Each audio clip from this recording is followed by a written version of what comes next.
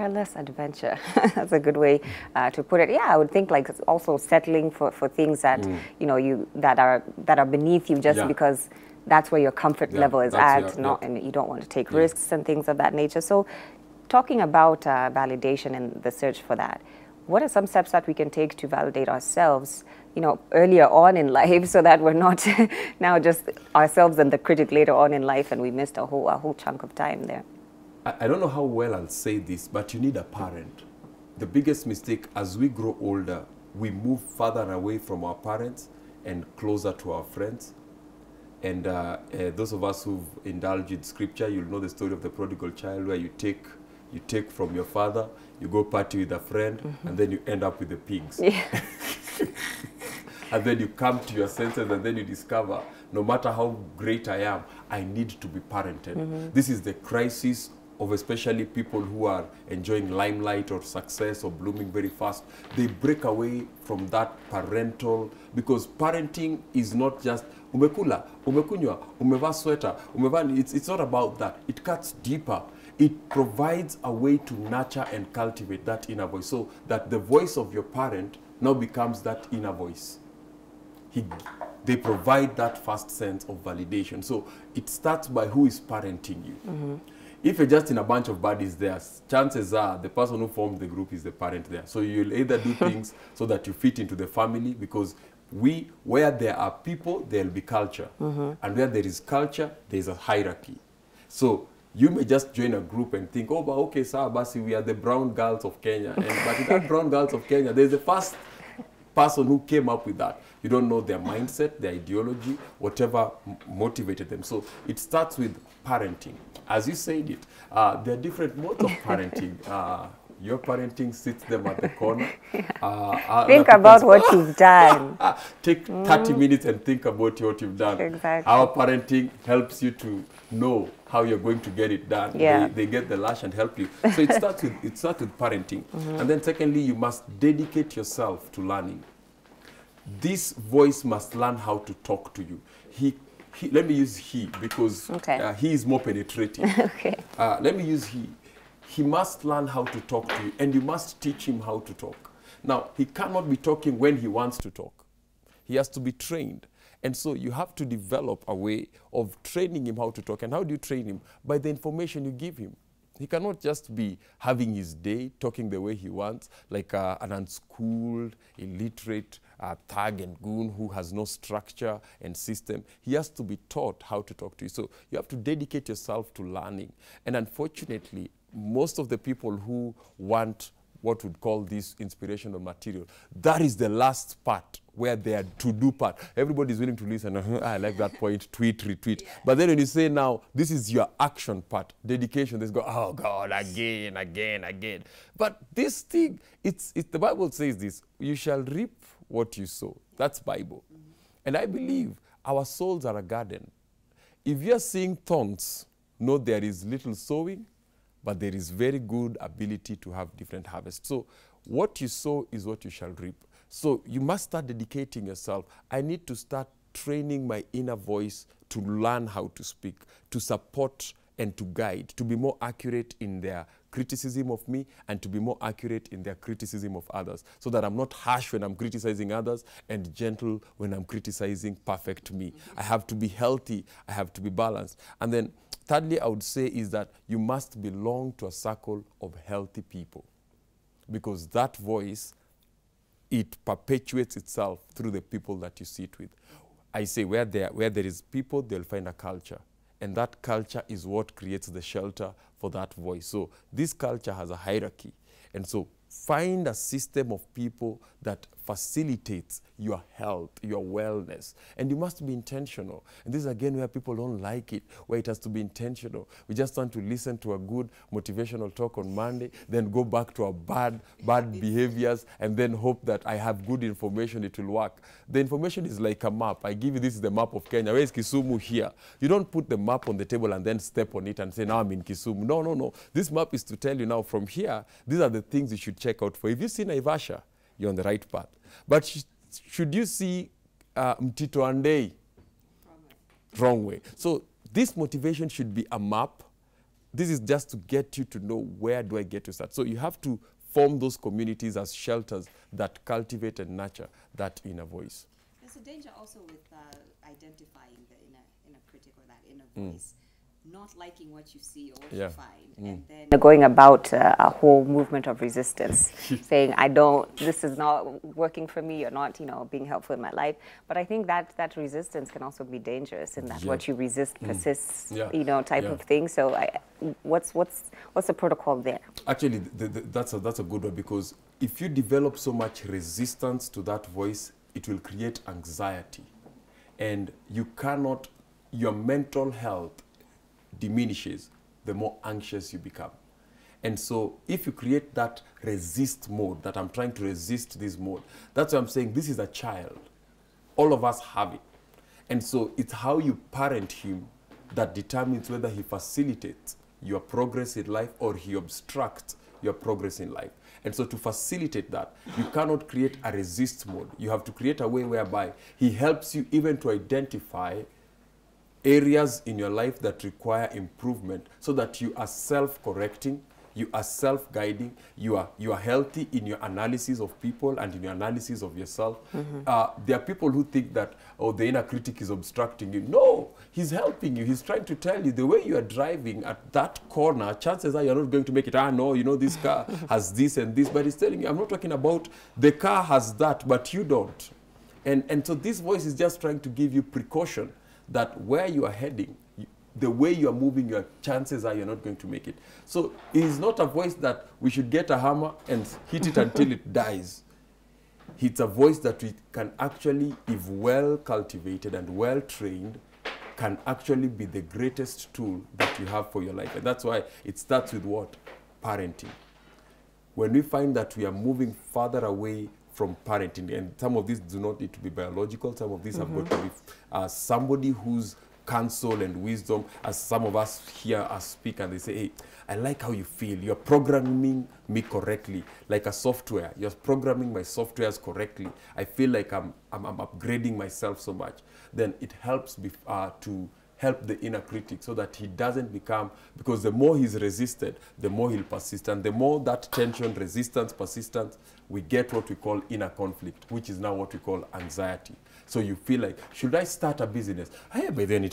Should I do this? You have now that inner conflict and you lose time and energy. Yeah. Yep. And it's very important to pay attention to who is in our circle, like you've said, the people who are parenting us, the people who, we're getting all of this information, and sometimes you might not notice how much it's affecting you or how much of their views you're actually taking to heart.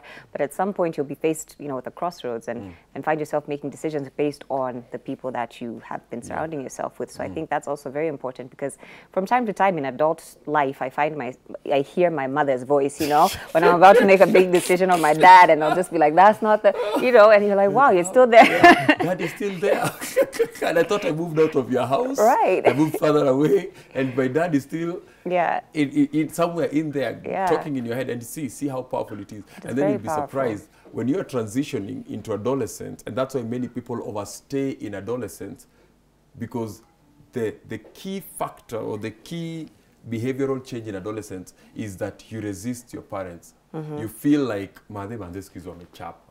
but now when you move into adulthood, it brings you back closer to your parent. And so most of us remain in that state of adolescent rebellion for so long that by the time we discover it, we have developed an inner voice that has pushed us so far away into our own destruction. Yep. I'm going to be taking some of your comments online on Twitter. Remember, at Citizen TV Kenya, at Joey_Muthengi. The hashtag is Power Breakfast.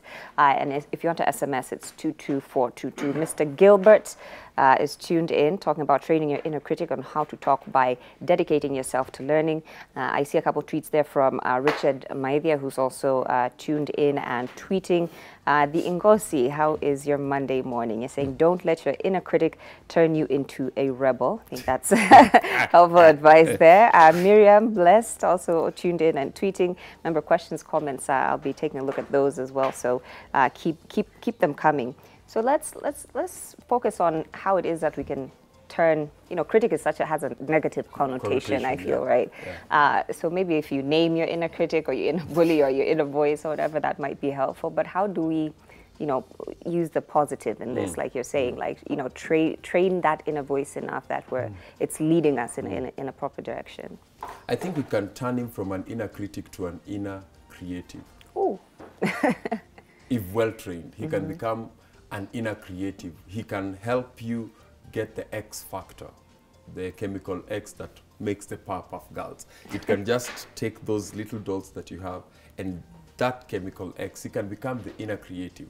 And one of the ways we can do is we must, because we have been made to feel like feelings are rights. I feel sad, I act sad. I feel happy, I act happy. Feelings are not rights. Feelings are indicators. It's the environment giving you feedback. Actions can be separated from feelings. And so if you train yourself correctly, you'll find that just because you feel it does not mean you act it. This inner creative can make you move beyond the feeling into acting even when you don't have feeling. And so this is like, I discovered when we were in high school, I always waited to when I wanted to read, to feel like reading. And as I waited and waited for the feeling of reading, the exam brought the feeling. Now when the exam brought the feeling, I felt pressure. And so what happened is this, because the inner creative could not be able to study without pressure, I always found myself putting myself in environments that had high pressure and less time, which is dangerous as you're growing older. You have to find a creative way of filling your time. Do you know what is killing more people right now in the world?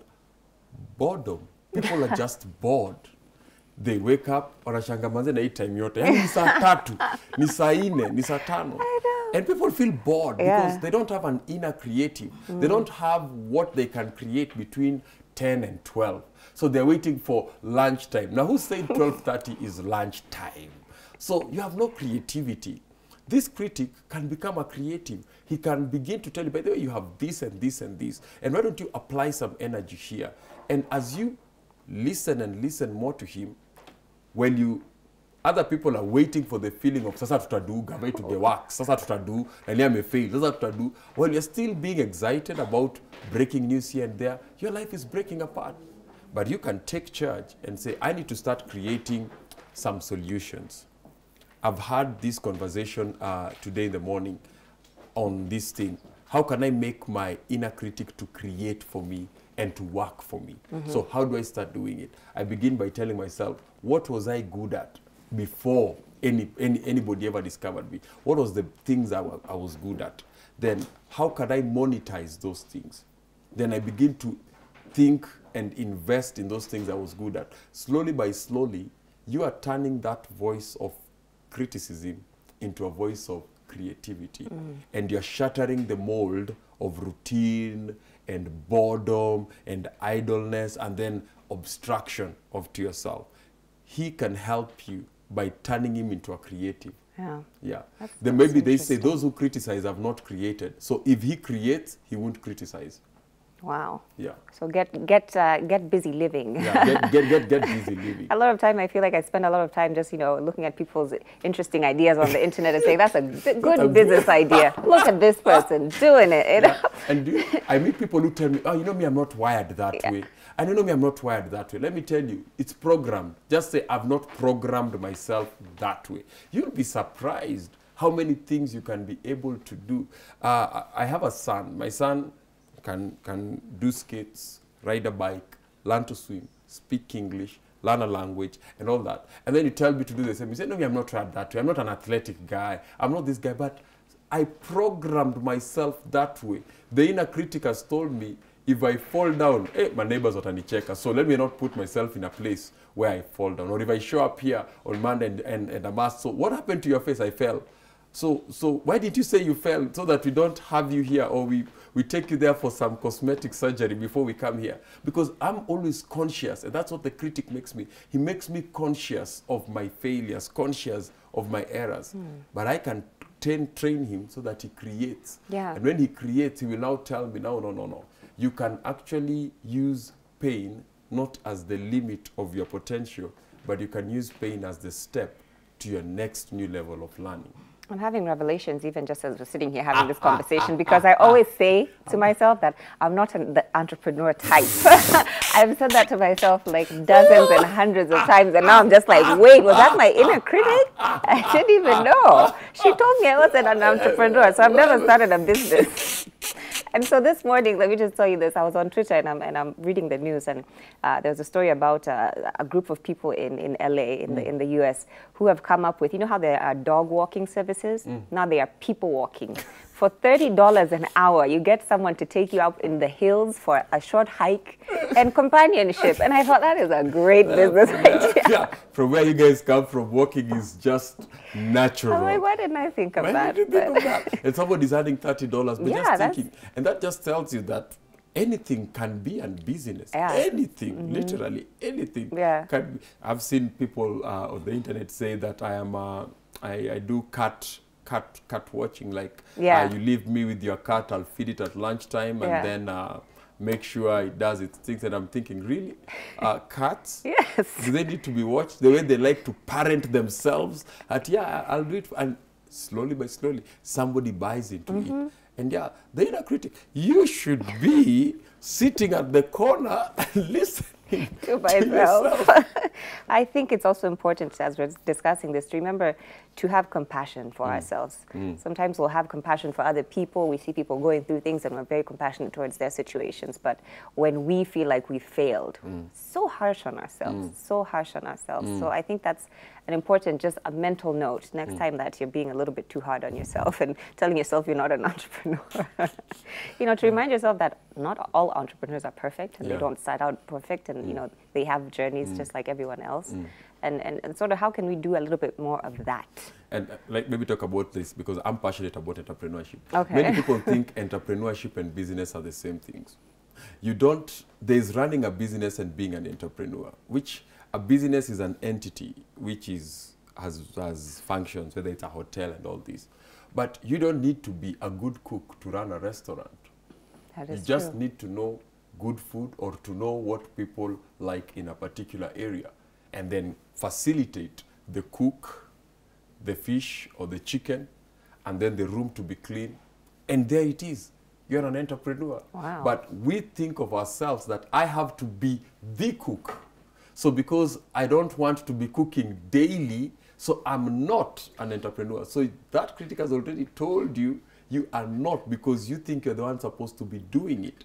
But that's not it. You're supposed to be facilitating people to connect to products. That's just what an entrepreneur should be doing. Facilitator. Yeah, facilitate that. Way of so looking at it. when it comes to us becoming more compassionate to ourselves, I want to talk about being conscious, and I want to use that word specifically. We have to be conscious of our own abilities and our own inadequacies. They say humility is accepting your abilities and your inadequacies, that I don't need to put myself where I feel inadequate so that people think that I am good in everything, or just because they see me in one place, they will appreciate me in every place.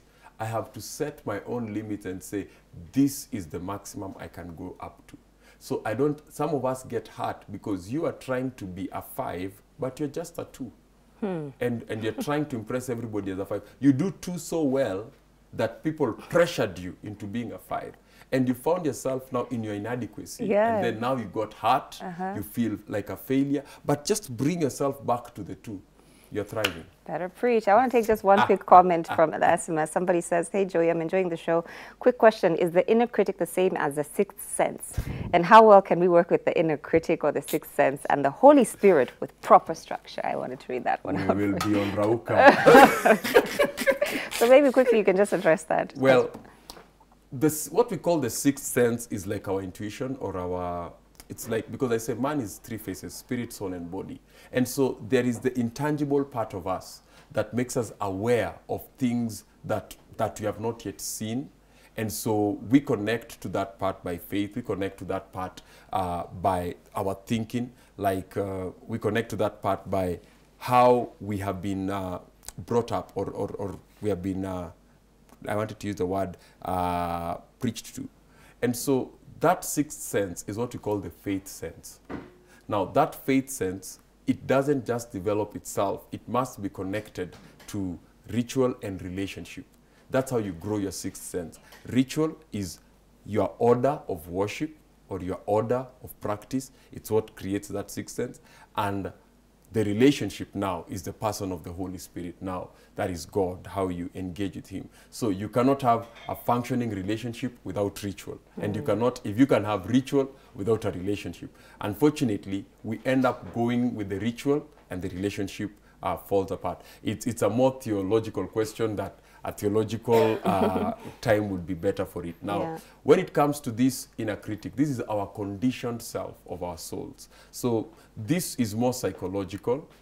The other one is more spiritual.